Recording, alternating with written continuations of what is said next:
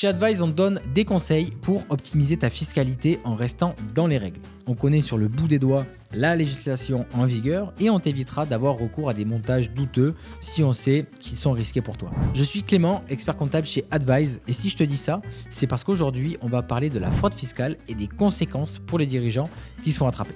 Parmi les fraudes fiscales les plus connues, on retrouve la non-déclaration des revenus dans les délais autorisés, la dissimulation volontaire de revenus soumis à l'impôt, l'organisation d'insolvabilité et le délit comptable.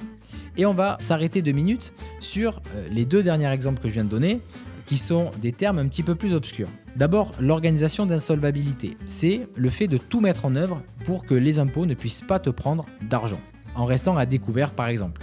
Et ça, c'est considéré comme une fraude si l'intention de nuire à l'administration est présente. Le délit comptable, c'est soit une absence d'un des documents comptables demandés par l'administration fiscale, soit la tenue d'écriture fictive ou inexacte, ce qu'on appelle fausse facture par exemple.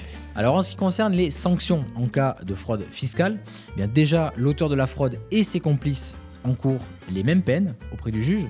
L'administration fiscale peut toutefois en rajouter une couche en ajoutant des sanctions fiscales cumulables. En cas de fraude fiscale, l'auteur et ses complices encourent jusqu'à 5 ans d'emprisonnement et 500 000 € d'amende pour les personnes physiques, voire 2 500 000 € pour les personnes morales, c'est-à-dire pour les sociétés. En cas de fraude en bande organisée, les peines sont portées à 7 ans d'emprisonnement, 300 000 € d'amende pour les personnes physiques et 15 millions d'euros d'amende pour les personnes morales. Et il existe également des peines complémentaires qui peuvent donc comprendre une interdiction d'exercer l'activité, une interdiction de gérer une société pendant 5 ans, des restrictions de droits civiques, la dissolution de la société, ainsi que d'autres sanctions selon la gravité de la fraude. Donc, comme je te disais, il y a des sanctions fiscales qui vont être ajoutées avec une majoration d'impôt qui va de 10% à 80%, une amende fiscale ou encore ce qu'on appelle la solidarité fiscale, c'est-à-dire le fait de devoir rembourser la dette par l'auteur et ses complices